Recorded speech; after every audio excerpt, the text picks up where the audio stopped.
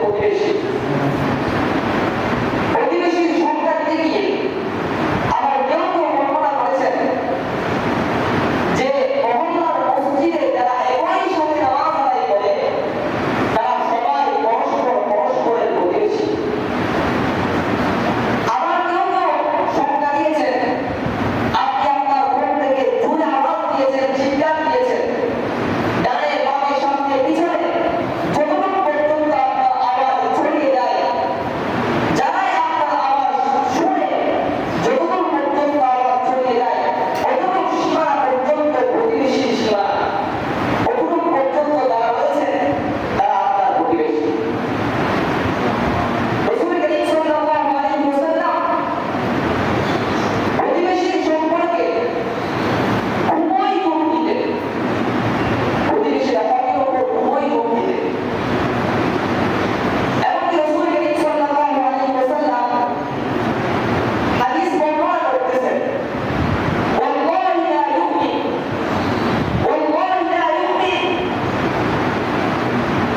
প্রকৃত ঈমানদার হতে পারবে না কোনো ব্যক্তি,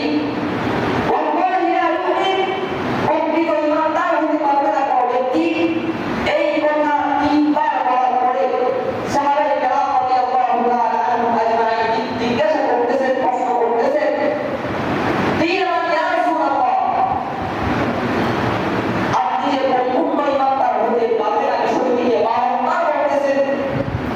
ব্যক্তিটাকে রাসূল করিম সাল্লাল্লাহু আলাইহি ওয়াসাল্লাম এরপরে বলছেন, লাম ইয়াতাব জারুহু বাওয়াইকাহু, যেই ব্যক্তি লাম ইয়াতাব জারুহু বাওয়াইকাহু, যেই ব্যক্তি অত্যাচার থেকে, জুলুম থেকে, কষ্ট থেকে তার প্রতিবেশী নিরাপদ নয়, সে প্রকৃত ঈমানদার নয়। এবার বুঝেন প্রতিবেশীরা কতটুকু। আপনি ৫ ওয়াক্ত নামাজ পড়তে পারেন, তাহাজ্জুদের নামাজ আপনার ছুটতে না পারে, হজ আপনি প্রতি বছর করতে পারেন, এবং মুসলমানদের ক্ষেত্রে আপনি খুবই মনোযোগী, আপনি বিশিষ্ট নাগরিক, সব কর্মকাণ্ড আপনার ঠিক আছে, মুআমালাত, ইবাদত, তাকায়ে সব কিছু ঠিক আছে, কিন্তু প্রতিবেশীকে কষ্ট দেয়, রাসূল বলতেছেন, ওয়াল্লাহি লা ইউমিন, আপনি পরিপূর্ণ ঈমানদার হতে পারবেন না। রাসূল করিম সাল্লাল্লাহু আলাইহি ওয়াসাল্লাম এরপরে বলছেন, আতাদরি হাক্কুল জার, তোমরা জানো কি প্রতিবেশীর হক কি, প্রতিবেশীর অধিকার কি? সাহাবায়ে কেরাম রাদিয়াল্লাহু তাআলা আনহুম বলতেছেন, না আমরা তো জানি না প্রতিবেশীর হক কি, অধিকার কি। রাসূল করিম সাল্লাল্লাহু আলাইহি ওয়াসাল্লাম পরবর্তীতে বলছেন, ইদা সাআলাকা আ'তাহু, প্রতিবেশীর প্রথম নাম্বার হক হচ্ছে, নাম্বার 1 হক হচ্ছে ইদা সাআলাকা, সে যখন তোমার কাছে সাহায্য প্রার্থনা করবে, আ'তাহু, তুমি তাকে সাহায্যের হাত বাড়িয়ে দিবে, তুমি তাকে সাহায্য করবে, তুমি তাকে সাহায্য করবে, সাহায্যের হাত বাড়িয়ে দেওয়া, সাহায্য করা, এটা হচ্ছে প্রতিবেশীর হকের মধ্যে নাম্বার 1 বিষয়। সে বিপদে পড়েছে, সাহায্যের হাত যদি আপনি আজকে বাড়িয়ে দেন, রাসূল করিম সাল্লাল্লাহু আলাইহি ওয়াসাল্লাম হাদিসের মধ্যে বলতেছেন, মান কানা ফি হাজাতি আখিহি কানা আল্লাহু, মান কানা ফি হাজাতি আখিহি কানা আল্লাহু ফি হাজাতিহি। আজকে যদি আপনি আপনার ভাইয়ের প্রয়োজনকে পূরণ করেন, আল্লাহ তাআলা কোনো না কোনো সময় আপনি যখন প্রয়োজন অনুভব করবেন, প্রয়োজনের মধ্যে পড়ে যাবেন, আল্লাহ তাআলা আপনার প্রয়োজনকে পূরণভাবে পূরণ করবেন। সাহায্যের হাত বাড়িয়ে দিলেন আপনি। রাসূল করিম সাল্লাল্লাহু আলাইহি ওয়াসাল্লাম বলতেছেন, ওয়াল্লাহু ফি আউনিল আবদি মা কানা আল-আবদু ফি আউনি আখিহি, আল্লাহ তাআলা মানুষের সাহায্যের মধ্যে অটল থাকে অতক্ষণ পর্যন্ত মা কানা আল-আবদু ফি আউনি, তার ভাইয়ের সাহায্যের মধ্যে লেগে থাকে। আপনি যদি আজকে বান্দাকে সাহায্য করতে পারেন, আল্লাহ তাআলার মাসরুরকে যদি আপনি সাহায্য করতে পারেন, আপনি বিপদে পড়বেন, আল্লাহ রাব্বুল আলামিন আপনাকেও সাহায্য করবেন, এই ওয়াদা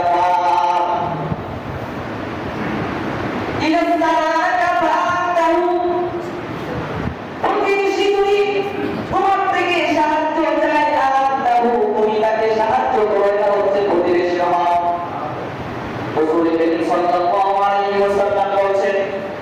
ইস্তিলাস্তা মাওয়াদা আখরাসতাহু প্রতিবেশীর দুই নম্বর অর্থ যে প্রতিবেশী যখন তোমার কাছে কর্জ চাইবে তখন তুমি তাকে কর্জ দিবে কর্জে হাসানা দিবে সুদ নিয়ে বা সুদ ছাড়া সুদ নিয়ে কর্জ হতে পারে না সুদ ছাড়া কর্জ দিবে এটা প্রতিবেশী তোমার কাছে পাওয়া ইলাস্তা মাওয়াদা যদি তোমার কাছে কর্জ চায় আখরাসতাহু তুমি তাকে কর্জ দাও এটা প্রতিবেশী তোমার কাছে পাওনা বলতে পারেন কর্জ দিলে কি লাভ কর্জ দিলে কি ফজিলত ভালো করে বুঝেন মুসলমান আল্লাহ রাব্বুল আলামিন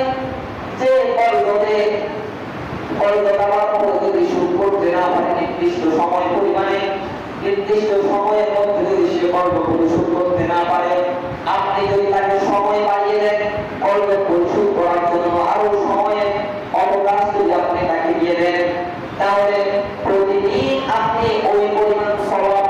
ওই সম্পদ সদকা করার সওয়াব পাবেন যেই সম্পদ তার কাছে আপনার বন্ধক রয়েছে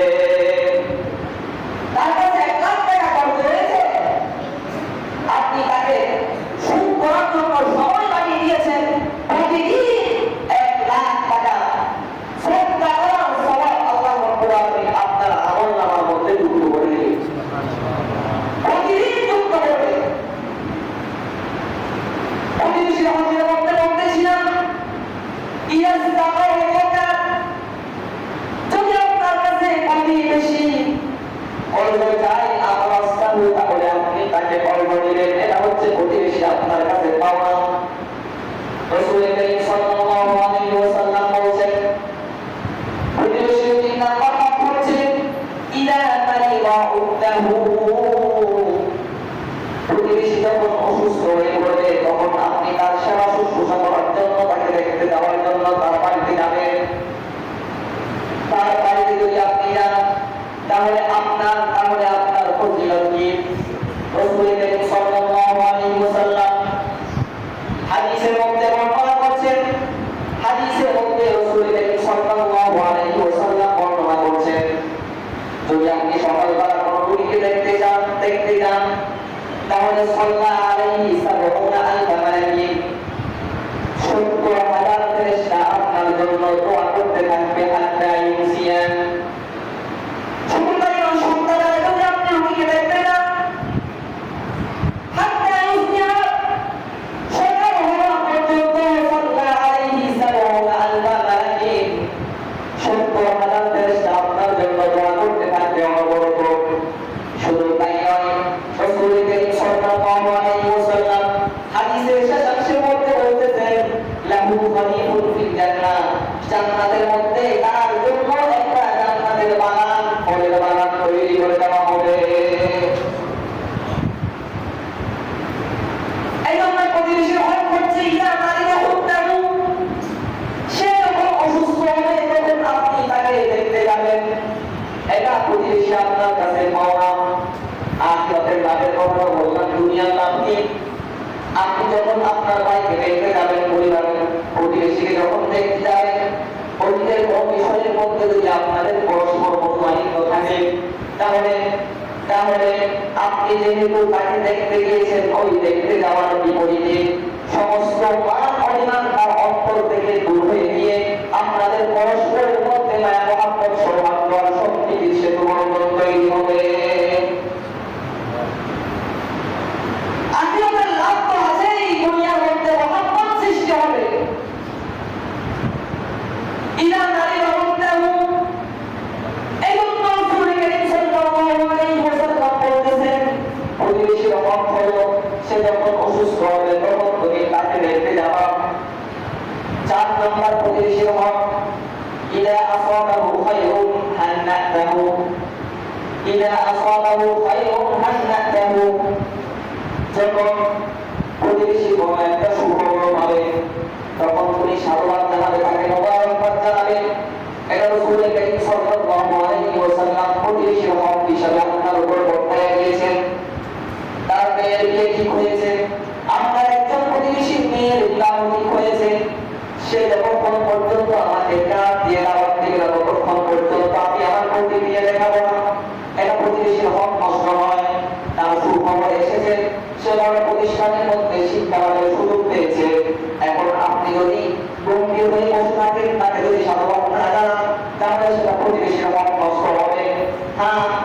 যদি সুখবর পাওয়ার সাথে সাথেই তাকে মোবারকবাদ জানান, এটা প্রতিবেশীর হক আদায় হয়ে যায়।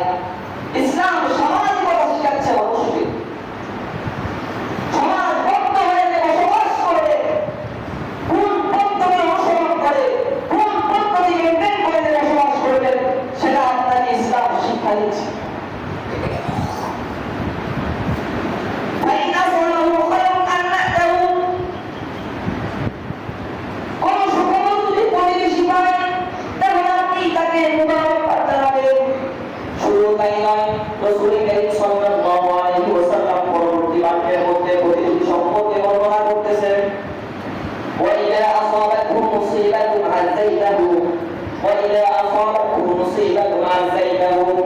যখন আপনার প্রতিবেশী কোন কষ্টের মধ্যে পড়ে যাবে, কোন বিপদের মধ্যে পড়ে যাবে, তাহলে অবশ্যই